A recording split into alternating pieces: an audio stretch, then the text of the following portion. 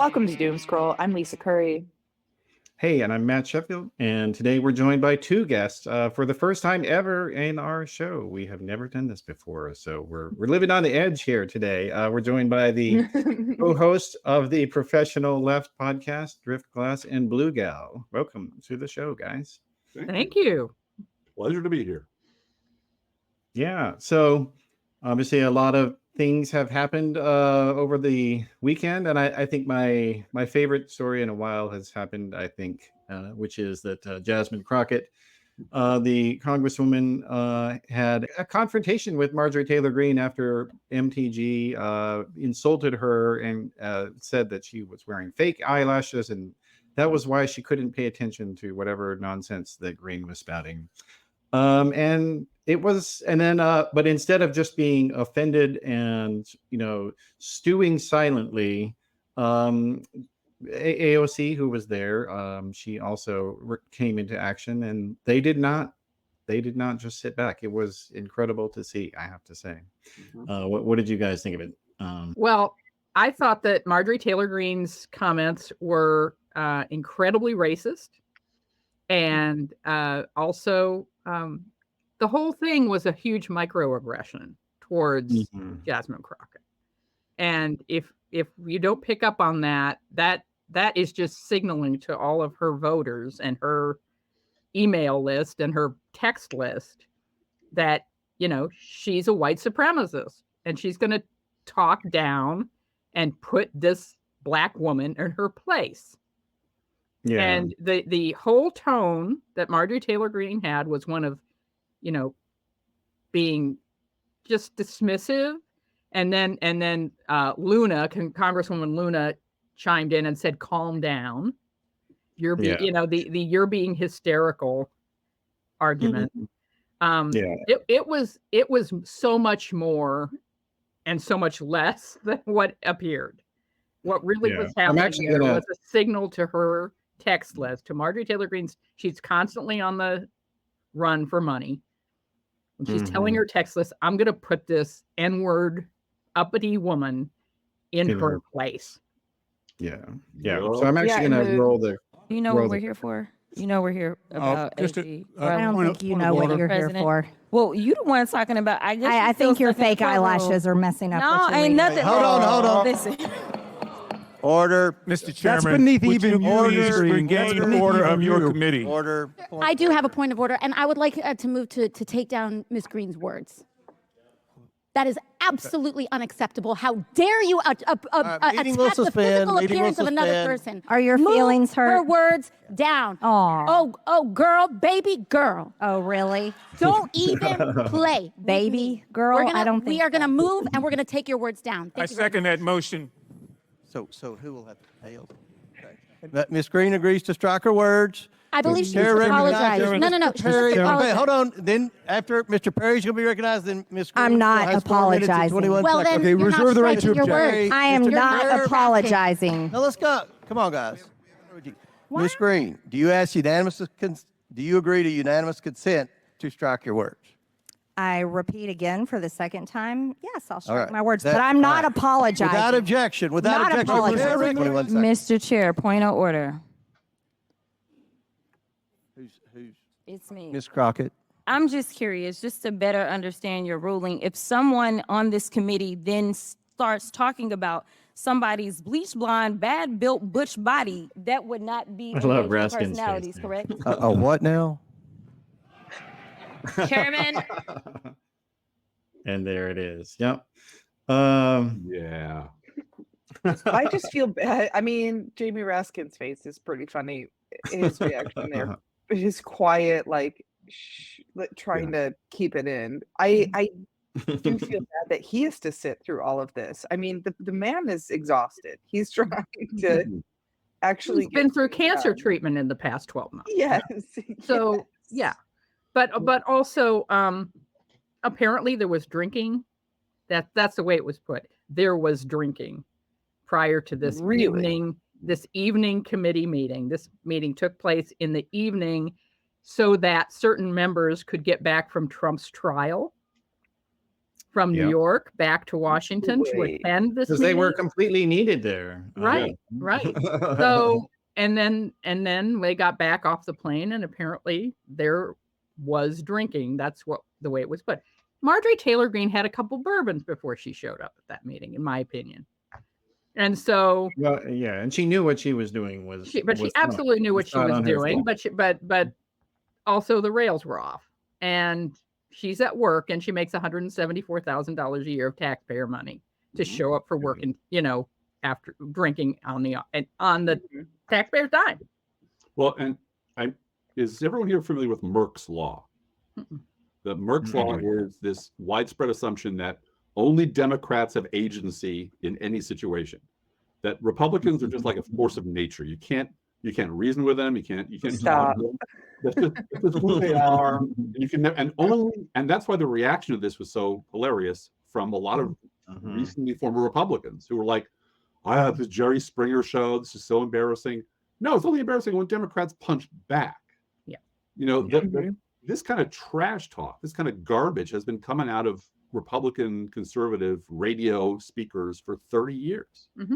And all of those nice people preaching civility never had a problem with it. And it was only when Democrats start punching back, it's like, whoa, wait a minute. Let's everybody calm down.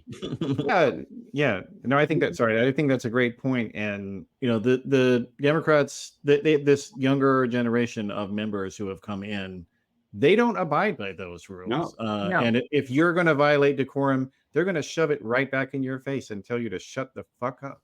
Yep. And Hakeem Jeffries has put those people on those committees for that reason. Absolutely. Yeah. Well, and Raskins taught them a lot also, I think. Yep. Right. To give him credit, got to give him credit for it. Yep. I do like to remind my conservative friends who advise us to be more civil, the tone police who come in and say, now, that we did an 8-year lab experiment in civility and reaching out and being generous and being open-handed and saying, let's all work together. And it's called the Obama administration. How did these people react to the Obama administration? An 8-year racist primal scream. And then they elected Donald Trump. So we know what doesn't work. What doesn't work is civility. What doesn't work is keeping your mouth shut and just hoping the institution will sort of, protect you. That doesn't work. So we have to find a different solution to the problem of what to do about these psychos on the right. And the answer, given everything else that has failed, is push back as hard as you can and screw the people who are like at the New York Times op-ed page, just, having hot fantads and fainting over the fact that people are yelling at each other. Look, just rent Lincoln, okay? Rent the movie Lincoln and look at what they're doing in that movie and what they were calling each other. Yeah.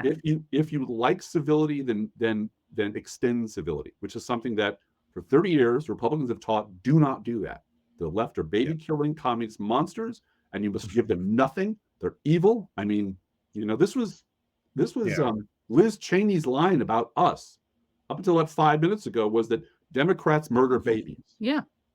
And she said it several times. And we are the face of evil. And it's still up on the House website. House Republican website. Yeah.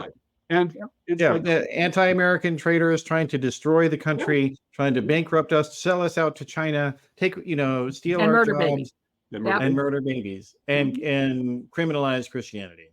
These are all things that they were saying for 40 years before Donald Trump came along. This has nothing to do with that asshole. He just gave them what they wanted. Yeah. And it's only I wrote a thing a long time ago about Kathleen Parker and Sarah Palin. When Kathleen Parker, a quotidian normal columnist, who wrote one column about Sarah Palin being unfit to be vice president, and her next column was, "I'm a bitch, I'm a monster, my mother should have aborted me, my blah blah blah blah blah." And these are all the replies I've gotten from my column, and she was stunned at the level of hatred that was just bulldozing, just blasting her direction. And she says, "I've had mail before, but this is insane." I said, "Kathleen, honey, these are your readers. Yeah. This is the Republican Party that we see out here in the real world every day. You just don't notice it because all that outgoing fire was coming at people like us. So you didn't care. Once it turned on you, suddenly it's the worst thing that ever happened in God's America." So I'm sorry, Lisa, I interrupted you. Oh, you're totally fine. I was just gonna say, during the Trump administration, during the Muslim ban, I posted some criticism of it on Twitter with a joke, as I do as a comedian. And James Woods, the actor, who I hope gets hit by a train, quote tweeted me and like came after me and sent his followers after me. And for a full week, I was getting flooded with death threats, rape threats, and these people are all. It's this most predictable thing. You go to their bio and it's like Christian mom, member of my community, and I'm like, I'm sure a couple of them were bots, but most of them were real people. And a lot of times we're able to track these people down. I still have like vile Facebook messages. One woman wrote she messaged me on my Facebook fan page and wrote like a tome describing a fantasy scenario in which I am raped brutally. And I'm like, this is a reaction to me saying the Muslim ban is fucked up. What? Yeah. And these are the I experienced this in my own family. My mom's side of the family are conservative, and the idea where like as long as you go to church or as long as you identify as a Christian, everything you say is good. It's like fuck you. You're talking to two people who go to church and identify as Christians, by the way. We go to hippie church, but we do go to church and we believe Jesus is a socialist. So we both identify as Christian. So that's kind of interesting. But my wife, so you don't think he's a hateful warmonger? No. That's weird. Or white. Or Scandinavian. Who rode a Tyrannosaurus while flying a Trump flag behind him. It's the Scandinavian Jesus that gets me. Yeah. The blonde, very, very attractive, built hunk Jesus that I find hysterical. Yeah, it's true. And of course, the other thing that I think a lot of the mainstream media doesn't get is that this isn't just the base voters who are this way. Also, like, and we saw that with reported recently that Samuel Alito, his house was flying an upside down American flag during the Donald Trump attempt to steal the 2020 election. And he's blaming his wife for it and says that, well, she just was putting it up because she was mad at the neighbor who was mean to her. Right. And it's like, what the hell does your that Supreme Court justice with your, like, okay, you're having a personal dispute with your neighbor. Why the fuck do you hang up a international sign of American distress flag for your neighbor? On a Supreme Court justice's house. Like, that's like putting a Donald Trump 2020 Stop the Steal sign on their front lawn. Right. That's what that is. The HOA tried to make him change his mailbox, and he burned a cross on their lawn. But that was just, that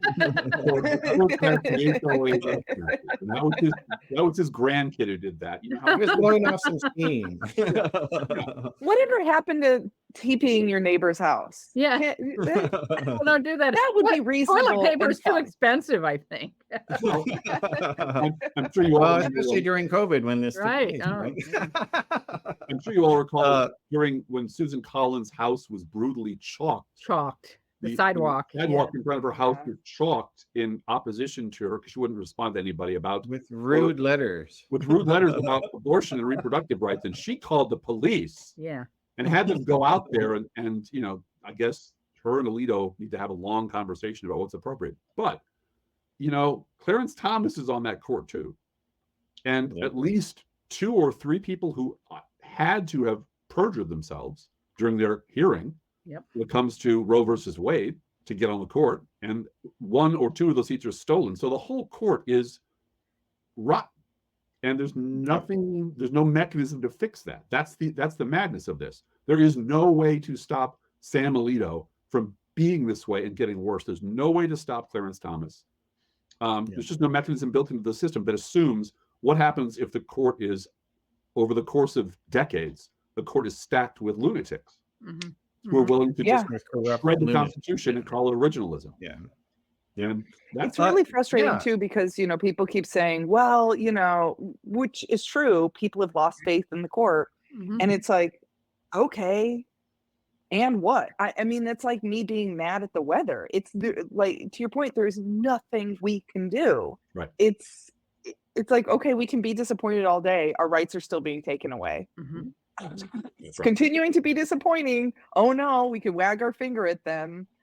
Yeah. Well, and to be honest, like, I think this is partially, it is significantly a failure of the Democratic establishment of not paying attention to what the right wing was doing with the Federalist Society. Like, it was happening right in front of them. They knew it was happening, but they still had this fantastic, you know, ludicrous idea that, you know, oh, well, if we just study the law hard enough, it will come to progressive outcomes. And it's like, no, did you not pay attention to what Mao Zedong said, that, you know, political power grows from the barrel of a gun? Well, legal power grows from money, a flood of money. And if you're not paying attention to that, and even now, like, they still, where is the left-wing Federalist Society?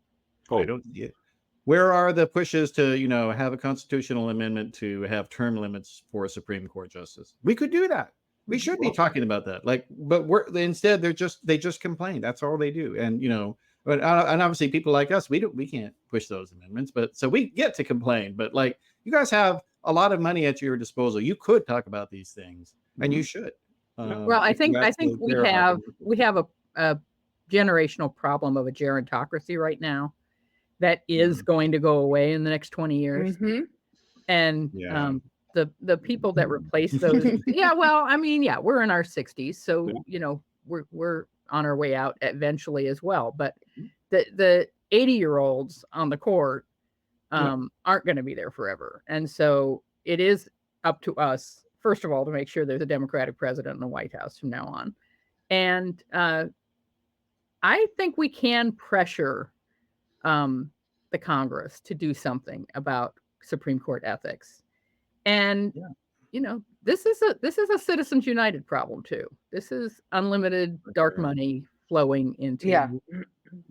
So it's hard to make that issue sexy for some reason. I don't understand why. To me, it's incredible. Money, unlimited money in our politics is incredibly sexy. It's also something with which we can unite with boots on the ground Republicans.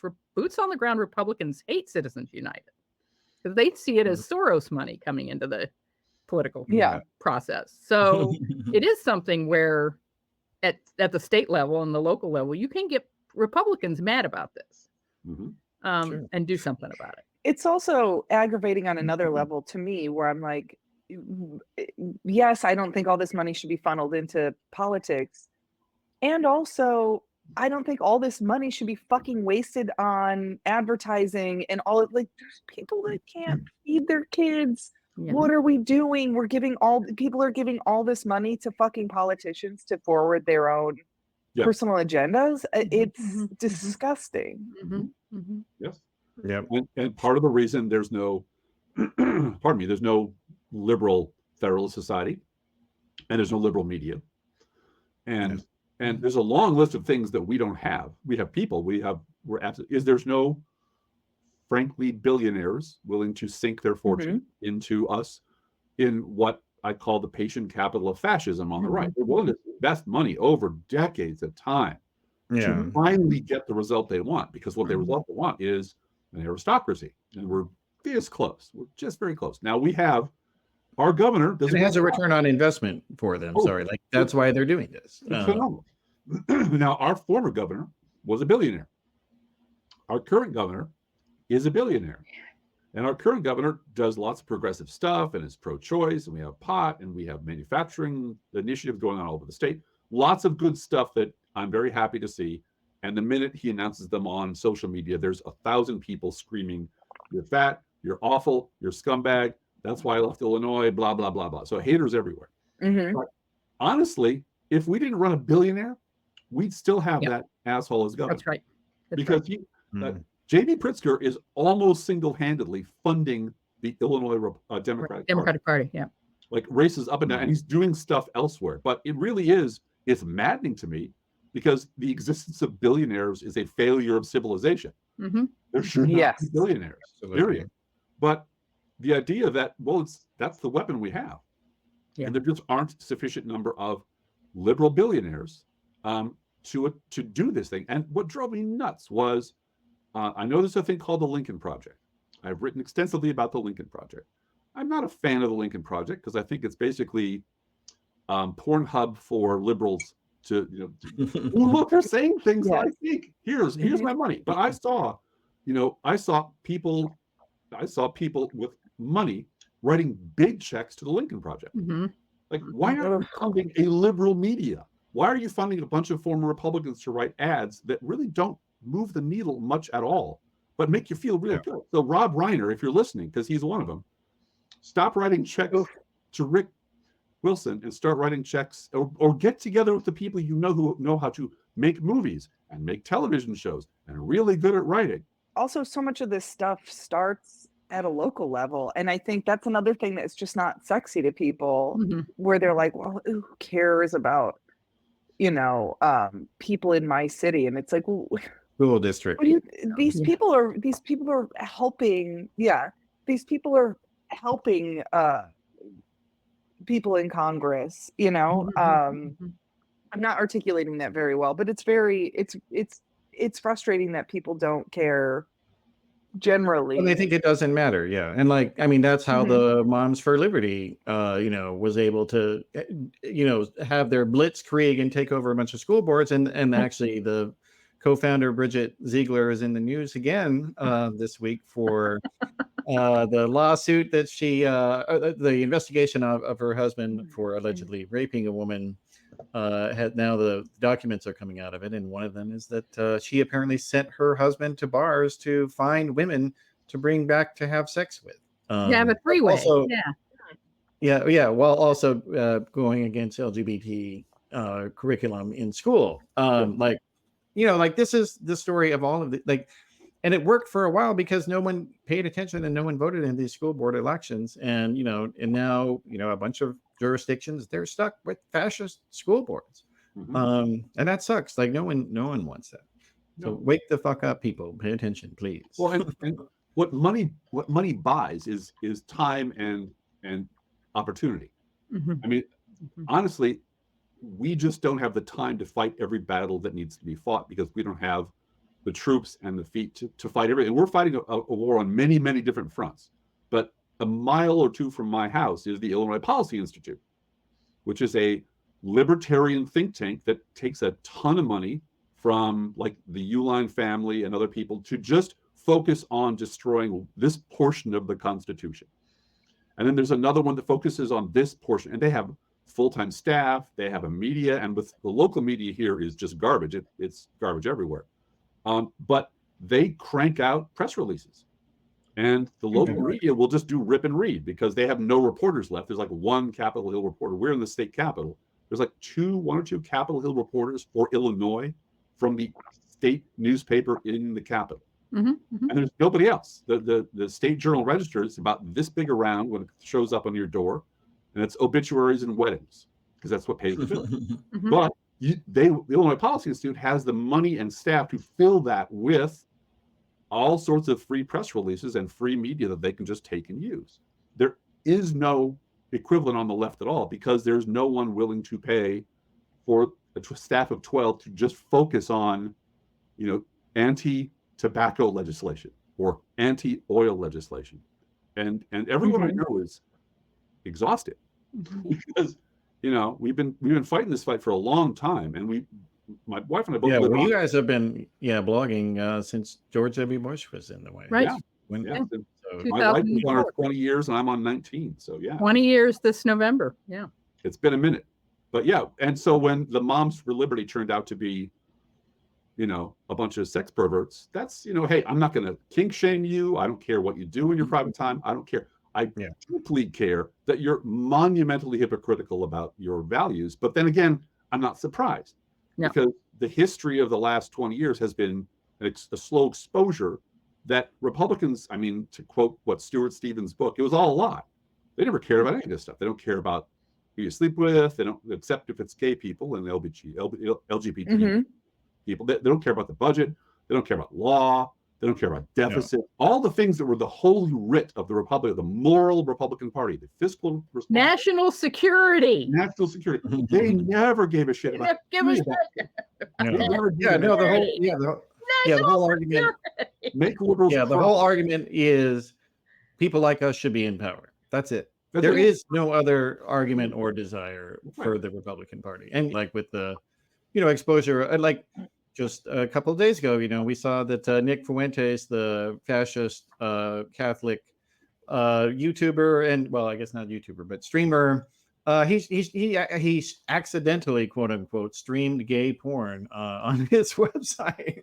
And of course, who amongst us? Was it hot? Yeah, who amongst us, right, Lisa? Like, it happens to all of us. Every single one of us. And this guy he is so obviously gay. Like, he literally has said repeatedly over the years that having a girlfriend and dating is gay. I'm not kidding. He literally says that having sex with a woman is gay.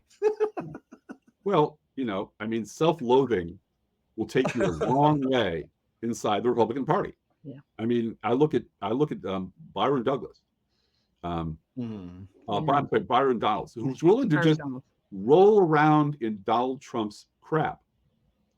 Tim Scott is willing to just dance for his dinner for Donald Trump and just smile. And I'm like, and it horrifies me, the people who are working on behalf, work so hard on behalf of people who clearly hate them due to, I don't know, it's financial or self-loathing or whatever it is, but who will devote their energy. And there's a book from the 70s called The People of the Lie. And it's by M. Scott Peck. It's out of print now or nearly so. And it's about what happens when people sort of devote their lives to protecting a lie that is essential to their character. And they become highly moralizing and highly judgmental and extremely puritanical. And they will deflect any attention away from themselves and attack the world. It's frustrating. I feel like all these people need to go to therapy, and I'll even go further. I think everyone should do a little mushrooms. I think it would solve so much if a couple of trips a year were compulsory. I mean, it would straighten Rudy Giuliani right out. I mean, really. Well, isn't there a study that says that one dose of LSD has helped people tremendously long term with anxiety, like just one time? There was a study on that last week. Yeah. When we were talking back to your point about us all being held hostage by, the elderly. Don't you want to see your fucking family, Rudy Giuliani? Go away. You're gonna be dead any day now. Spend time with people you care about, whoever that is. You ghoul. Yep. But his birthday party was a bunch of hired models, Steve Bannon and Roger Stone. I mean, that was his 80th birthday party. That's hell. You described hell. Yeah, it's the same at Trump's trial. It's people that have to be there because they want power from Donald Trump. They want something from him. His wife isn't there. And so he's changing the narrative from the evidence at trial to who is at the trial. And it is, if you remember, it is Trump Tower, December 2015, January 2016, that parade of people coming in and getting on the elevator in the lobby. And the cameras were just nonstop. Look, celebrity spotting, politician spotting. John McCain showed up. John Kerry showed up. Yeah. To talk with Donald Trump about climate. Mitt Romney showed up. They all came to, bow down and appear before the king. Yeah. Mm-hmm. And it's power. And now it's in a courthouse where he's on trial for falsifying business records to affect an election. Yeah, and it's like, and they're even showing up wearing the same outfits as Trump himself. After the mob.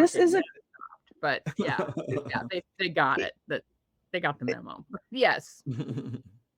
I think the King Charles portrait is pretty funny. Yeah. Okay. All right. Well, so we'll go with that then. It's amazing.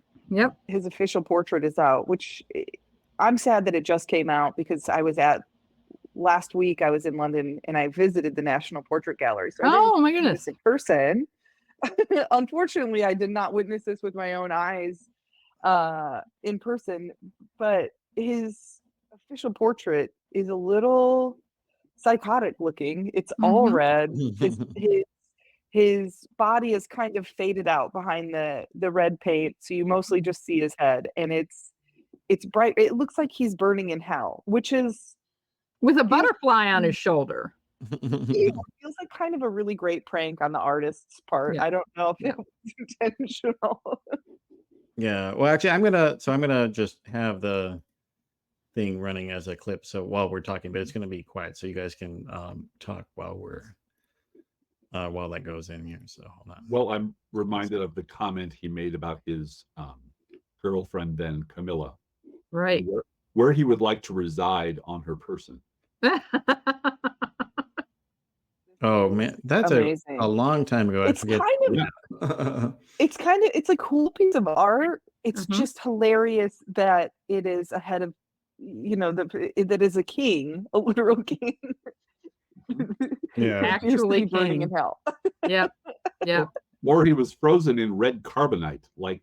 Well, that's what I was thinking. Really, yeah.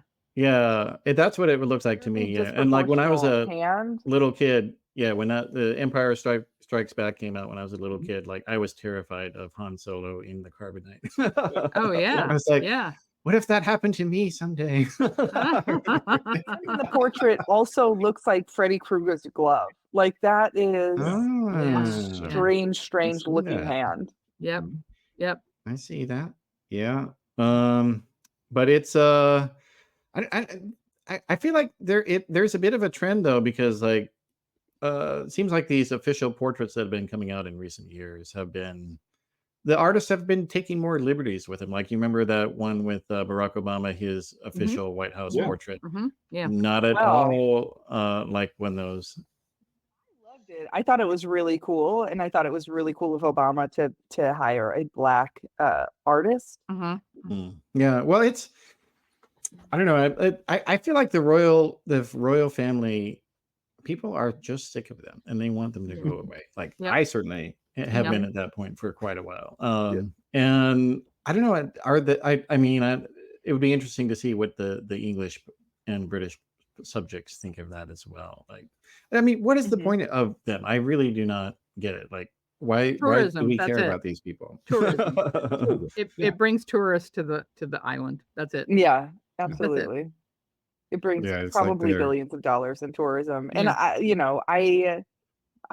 visited the Tower of London. It's very exciting. Yeah, it is. Mostly because of it's like the history of it. Castle of misfit toys. Just the number of people that have been beheaded there, Yeah. Well, the children in the tower. Yeah. Keep the history, but get rid of the royals. Just that's fine. That's right. But hey, not my country. Our ancestors decided to part company, and that's terrific. If they want to keep this sort of Disneyland version of Kings, that's what it is. That's what it is. Forever. That's up to them. But it seems, it seems like a colossal waste of time and energy. But hey, you know what? I guess it is better than idolizing, Donald Trump. Like, we elected Donald Trump. We lost more high ground about 8 years ago. So we're Yeah, like I do actually feel like that is part of the Trump appeal for some people. Like, absolutely, they just want somebody to worship. They want to, admire. This is a wonderful family, and they're so wealthy, and they inspire me. Or whatever is going through their mind. It's not even that coherent, I'm sure. I mean, the left does a little bit of a version of that. I don't think we're in a cult, but I don't want to ever see again RBG merchandise or like it's so embarrassing. I'm like, please, everyone. I used to play. I was on when she should have retired. Played terribly. Died. Yeah, people are the hero worship of politicians is so corny and embarrassing. We have to stop also. That can't be how we clap back. Well, I don't know anyone who worships Joe Biden. I know, except Leslie Knope on Parks and Rec. She worships Joe Biden. Yes, she does. That's fair enough. But he's not my Kantian ideal, of a politician, but he's a competent public servant who just wants to do a good job and is doing pretty good so far. He's made a few screw ups and he's learned from his mistakes. That's all I want.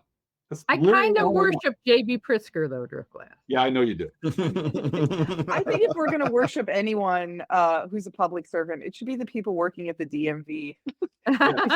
There you go. They are heroes. They are on the front lines of all the psychos. Yeah.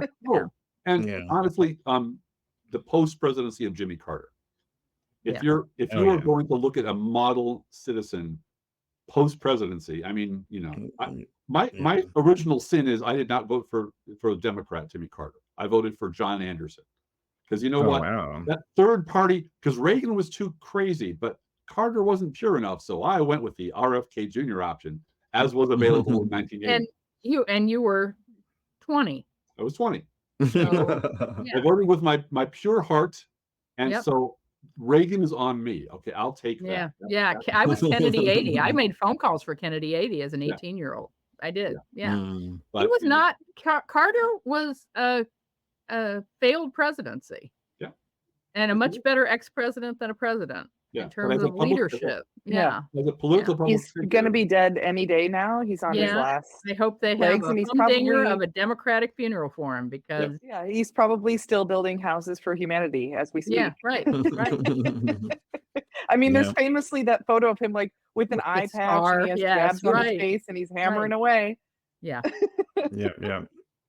Yeah. All right. Well, so that's we hit our last story. So we're gonna have to wrap up here, but this has been fun, guys. So for people, thank you for having us. Yeah. So tell people where they can go to keep up with all your stuff. We are the Professional Left Podcast, and we are Pro Left Podcast on Twitter. ProLeftPod.com has all the details, including our latest show and all that good stuff. ProLeftPod.com. And we also have as well. We have a subsequent podcast we do once a month, which is called Science Fiction University. Since we're both writers, we break down the plots of science fiction movies, science fiction novels that we both enjoy or both think are terrible, and do plot, character development. Where do they come from? What were the inspirations? How has this influenced other genres? What was going on at the time politically when this movie was made, and so forth. So that's fun. We do that for that's our fun show once a month. Yeah. Oh, then, Fran, you're also an editor with Crooks and Liars. That's right. I'm associate editor of crooksandliars.com. So okay, check that out. Check it out. Okay, well, cool. All right. Well, and everybody make sure to follow at Doomscroll Show on all your favorite places. And, and follow me, please, on Instagram at Olympian Lisa Curry. Yep. All right. Well, we'll see you guys later. Bye.